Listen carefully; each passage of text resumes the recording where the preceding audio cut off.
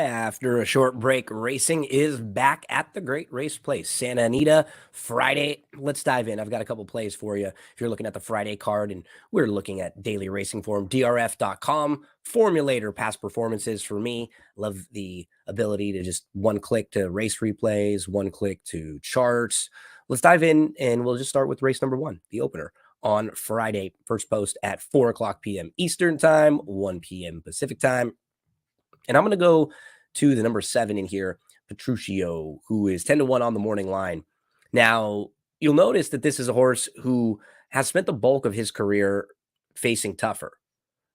He has always been pretty good on the turf, too. You can see he's stakes placed, and then he just had a tough time stringing races together, and he was facing tough company. The Oceanside, the Del Mar Derby, the Let It Ride, back-to-back stakes. Then he was off from November to July, showed back up in July and September. That September race at the 32 non-2 level, it's a little bit better than it might have looked. And he was actually favored that day.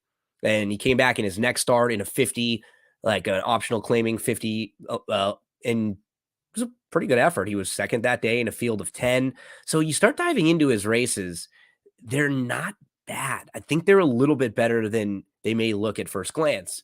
The February 11th race was also a pretty good one, and that's the one that is really comparable to this race. I mean, the key for him in here, he's going to be coming from way out of it. He's a deeper closer in these sprint races, and he's never really been a horse with all that much speed. I mean, for the bulk of his races, you've seen him have to come from out of it. Early on in his career, he showed a little bit more speed. But this February 11th race, he settles inside. Let's watch it. We have the ability to do so. So let's do that. He's number 2 in here. Hey, Frankie. How you doing? Frank Miramati, the voice of Santa Anita. So Petruccio in the race we're watching here is the number 2. So, okay start there, and it will just sort of settle behind horses down on the inside. Not too far out of it. Gets a little outrun here, but maybe about 5 lengths off. Not too much. Don't love the spot down on the inside. I mean, when you're a bettor, right? You got to save all the ground and just hope for the best when you're in that 2 hole, but you always sort of feel like there's going to be some traffic that develops in front of you. So stays inside, and watch how close this horse moves all the way up to the inside, about to contend. Down there, red cap, starting to move into contention, and it opens up nicely, it looks like, for him to move right into it.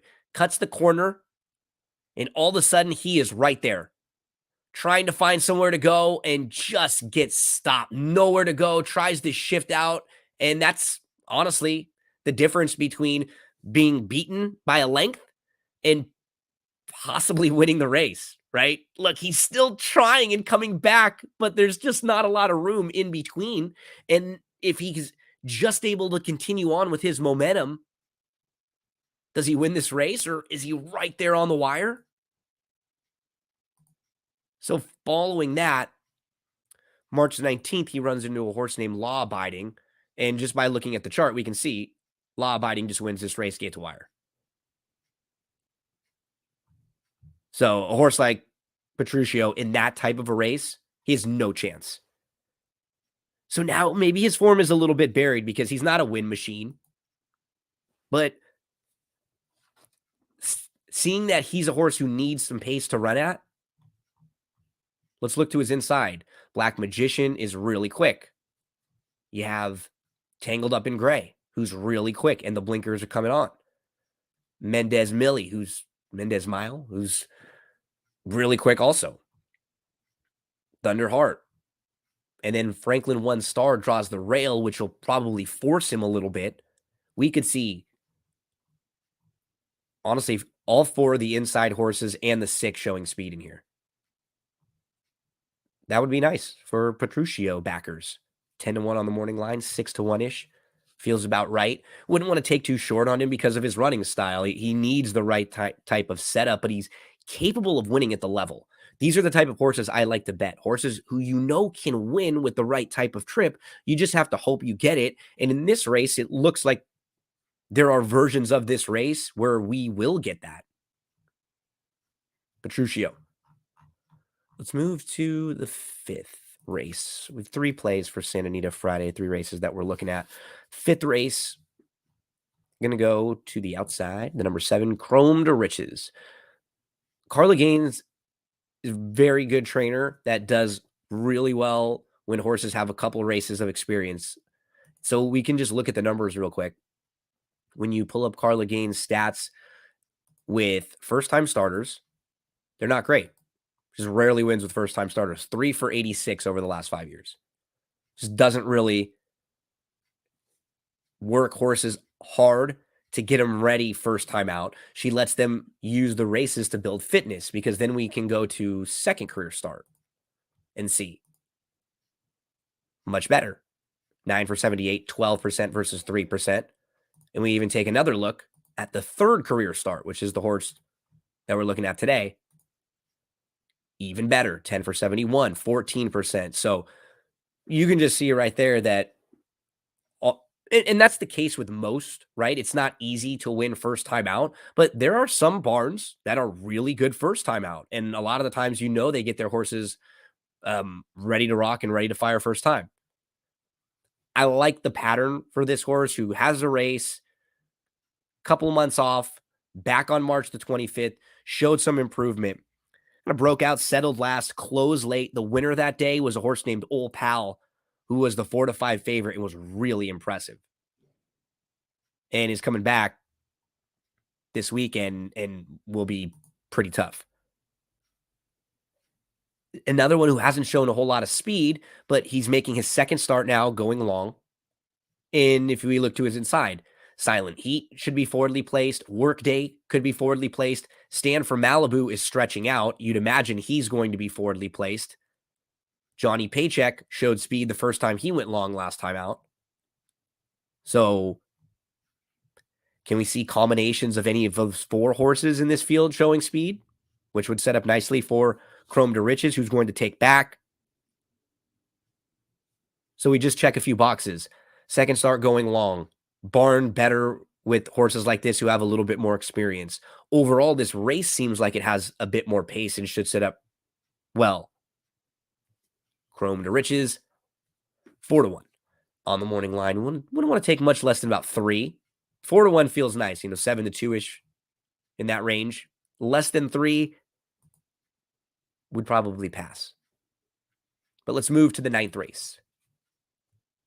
And let's take a look at the number 1 from the inside, Map to My Heart. Now, the last race we looked at, actually both of the races at Santa Anita were races that I thought might have enough speed to set up for the horses I've selected. This race, we're hoping that Map to My Heart just goes. She's a 5-year-old for JMS, and we can see she's had a lot of gaps, right? So they've been a little unlucky with her. She's shown ability, though. Right off the bat, she was 3rd. She's shown good positional speed in most of her starts in legitimate sprint races. Look at a couple of the horses that she's run into. One named Distracted Princess, who won by 13, then came back and won by 6.5 with a 93 Beyer speed figure. And these 2 races back-to-back were tough ones. The January 29th race in 2022, we had 3 horses come out of there and win their next start. Ironic Twist, Musica, also saw Bellamore come back to win next out. We've seen Bellamore in graded stakes races recently. Multiple graded stakes plays now. So Map to My Heart has faced some tough horses along the way. She's been facing maiden special weights in all of her races before the February race this year when she came back off of a year-plus layoff. And she did what you would expect a horse to do coming off of a year layoff like that. She had a good start, but the horse to the outside, Ava Storm, was a little bit quicker. Let's watch. Map to My Heart was fast, but the horse to her outside was a little bit faster, and it put her in a spot where she had no choice but to just take back a bit. So let's watch Map to My Heart. She's the 9 here. Ava Storm, who's drawn to the also eligible, is the 11. And Map to My Heart is the gray, so we as can see her is right the out there. narrow She's on the right there, outside. right with the The leaders. furthest out. But what is she gonna keep going and then get sort of stuck in between? They have to sort of take back a little bit here, and then it's so hard. You take back, you get shuffled, and you try to come on again. She did try to re-rally too. She ends up not not having worked out a bad spot in third, but remember, this was the first start since January of 2022. So I think no matter what in this race, she was going to get a little bit tired. The key for me in watching the race was just seeing that speed was still there. Because with the inside draw, you look to her outside. We don't have that much proven speed in here. Could the two be a little bit more forwardly placed? The blinkers come on? Absolutely. Could, Whirly Girly? Sure. Miss Lizzie cutting back from a mile on the synthetic, though. You go through this field. I would just love to see Map to My Heart set from the inside for corner. And good luck, JMS. Friday, Santa Anita. That's April the 21st. Good luck. 3 plays for you throughout the card. Always look for the value. So for me in the last race, I won about 5-1 on Map to My Heart, showing that speed from the inside. Hoping Barrios sends hard. Map to My Heart. Good luck on Friday at Santa Anita. And remember, if you need any help with the Saturday races, we have you covered with a few for Santa Anita, with a few for Keeneland.